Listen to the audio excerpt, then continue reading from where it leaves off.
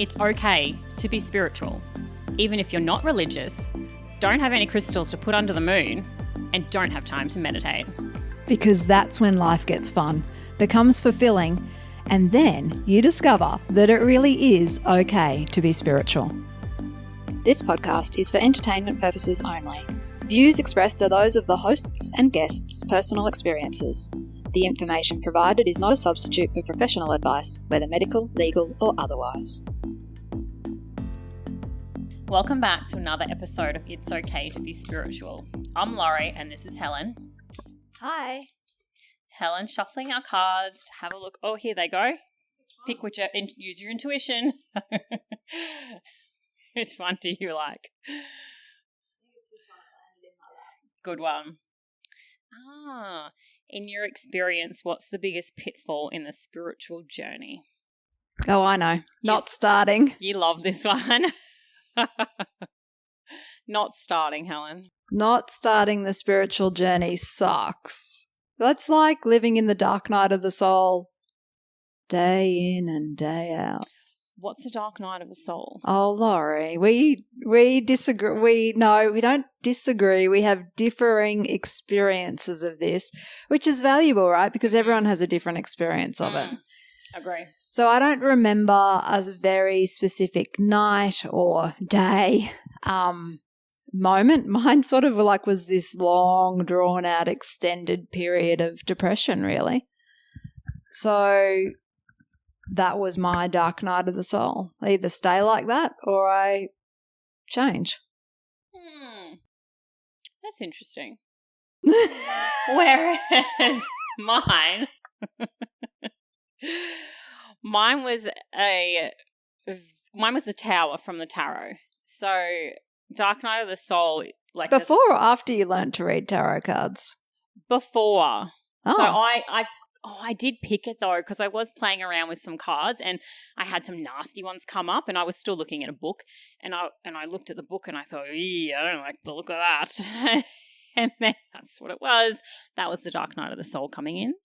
But it was an event, and a change, like dying of ego. A lot of people have it coming from, some people can have it from a trauma or marriage breakdown, job loss, traumatic experience, death of someone close to you.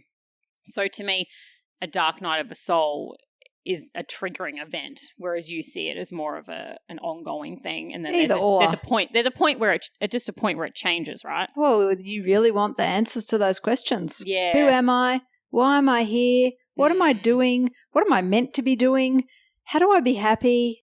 Yeah. And it either is a nice, low, well, maybe not nice, but no, it wasn't nice. No, nothing nice about that, really. Nothing nice about either scenario. No, that's why it's called dark. I think, but yeah, so there is something that is triggering, and then it, absolutely makes you question everything. Is that what this episode distracted. was meant to be about? It was about spiritual pitfalls, but we've got onto dark nights of the soul. Okay, well, if we go back to spiritual pitfalls, because a dark night of the soul isn't really a spiritual pitfall, let's be clear, it's a triggering. Yeah. Yeah, and it started because I said a pitfall is not starting the journey. Yeah. Always resisting. Oh, that leads me to another thought. Whenever I've come across people who have spiritual gifts but they've resisted them and said no, no, no, no, no, no, no, they seem to have a very kind of stuck life. It's like they'll only live their life within certain parameters. And you survive, not thrive, right? There's a potential to thrive out there, but you get stuck in just survival. Yeah, it's more like a struggle. Yeah. Struggle for survival. Yeah. I think a spiritual pitfall is getting too spiritual. What? You want to just, I speak from experience on this. So, you don't mean fundamental Christian or something? No, nothing like that. So, nothing like that. I just mean you just want to do everything. You want to do breath work. You want to do healing. You want Reiki healing. You want kinesiology. You want a shaman to just pull everything out of you and tell you what your past life was. All at once, because you think that this is going to open up this pathway and it's just to love and light and healing, and I just want to be healed and I want to do it now. and so you get too spiritual. And so you're up here a lot and you're just so high that you just disconnect with the rest of you. And so you're very ungrounded. You start just seeing, you're hard to get along with, I think. I mean, ask my husband. I was just going to say that. This podcast needs a dial Lucas. Yeah. And I was meditating every night for at least half an hour. So I would like put kids to bed, do everything, and then just be like, see you in the morning. I've got work to do up here, and I would just tap in every night and just talk to my guides and get guidance and pull cards and light candles and have this ritual. And I was completely isolating myself from him and just life, really, because I just wanted to tap into it and I wanted to develop my abilities and I wanted it all to come in hard and fast. But when that happens, there's also this pitfall and it's nicer to do it slowly. With more balance. Yeah, more balance, more grounding, more earthing in between, more having a meal together, more going for a walk as opposed to meditating by yourself. You can do that, but not excessively. But you can also turn the everyday life exercises into a spiritual exercise. Like you can be in a meditative state doing the dishes. Yeah. Yeah. And I was just being too structured with it. Yeah. So I could have been doing the dishes thinking about what brings me joy. Hey, what brings you joy? Making it a two-way conversation, becoming spiritual as opposed to me just isolating and just talking through my head to people. Yeah, I think I definitely did a fair portion of that too. Yeah. Do you think? You get really sucked in. Well, because it's such a unique experience, isn't it? It's actually quite difficult to share. Yes.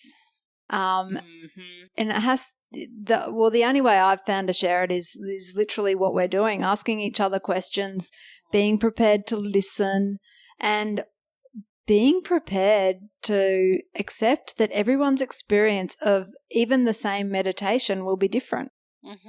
Everyone's ability to hear their guides is different. Yeah. So there's in a way there's lots to talk about, lots to connect with. Yeah. And a pitfall can be too, we have touched on it before, but just expecting it to be the same every time. So I have huge pitfall. Yeah, like I've connected with my guides and I've had him appeared, but he doesn't come in very often. And so when I meditate with the intent to connect and he doesn't turn up, I'm like, okay, right, all right, I'll do it again tomorrow. I'll do it again. But it's just, you're not meant to have that every time. Like a pitfall is expectation that it always will be the same. Yeah, or maybe he's connecting in ways that you haven't figured out are directly related to him. He's like, oh, she hasn't sorted me on that one yet. It's like a game of cat and mouse. Oh, it's a game, trust me. It's such a game. I did write on the back of this card, stopping at mindset. Yeah. I think that's a spiritual pitfall. Some people get into this like this forced positive thinking process where they're not actually listening to spirit. They're just, it's moved from, I don't know how to explain it, like a beneficial positive thinking, like that does actually lift your spirits, to a forced positive thinking that actually feels more force than flow. And maybe no inspired action with the thoughts. So if you think... Or forced action instead of inspired action. Yeah. So what's an example of that, do you think? Don't have one. What about if you want to change your mindset that you can attract a partner into your life, someone who's been through a tough journey and they just think that they're not worthy of love and that they can't be loved and they don't deserve love. You can just change your mindset, which you will, that is some techniques you will be given. If you saw someone of, I am worthy of love, looking in the mirror, I love myself, I am worthy of love. But if you don't believe it, nothing will actually change. And so you should be doing supportive practices to help believe that you are worthy of love and you do love yourself. So like pampering yourself, taking time out for yourself, doing a walk, feeling loved by nature, going for a float. So it's just more than just changing your mindset. You're changing your actions as well to complement the mindset. I'm listening here thinking, did you choose a bigger topic for an example? Like a more complicated, more fiercely opinionated topic? Well, it's the big one, right? And Self-love. A lot of my reads and a lot of wounding that people have is about having been through something and not feeling worthy of it because of what's happened. Self-love is about connecting to your own soul. For me, anyway. For me, our souls are pure positive love energy. And so when we're connected through with that in our physical life experience, we emanate more love and therefore can attract more love. Right, well, that was a big topic for 30 seconds. Stopping at mindset. Don't stop at mindset. No. Flow.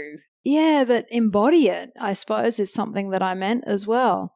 Instead of forcing it, it's an embodied thing, and then you begin, the mindset is less of a forced thing because it becomes, listening to spirit. Spirit's always going to give loving, kind messages. If it's not, then you're not listening to spirit, you're listening to something else. So then the whole sort of positive thinking mindset becomes a thing of the past in a way as you progress along the journey. Would you agree? Yeah, because it just changes by default because you're not in that vibration anymore. And you're listening to spirit and you're having this whole new conversation with life itself, As you go, that's where we get back into the signs and synchronicities.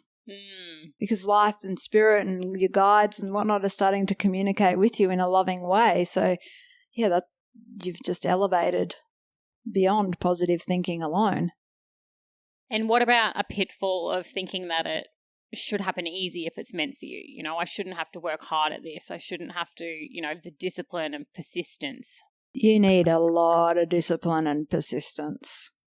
We didn't sell that in the trailer to this podcast. Soz. But you're on it now, so there's no backing out. We're not letting you get away. You do need a lot of discipline and persistence because there's so many old thought patterns that need to be let go of. There's so many old habits. There's so many ways we've hated ourselves and disliked ourselves and criticized ourselves and condemned ourselves. That all has to be let go of.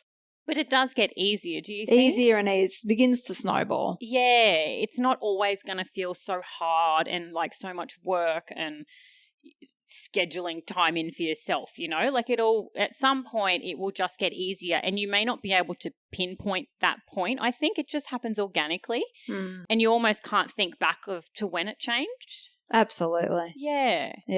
Which I think is why it is a lot of work, but then it just isn't work. Yes, definitely. It's like a lot of work to build the little snowball and then it starts rolling and it just builds itself after that. But it's definitely worth snowballing for. Yeah. Jump on the snowball and roll down the hill with it. Because we're down the bottom, we're up the top. I don't know.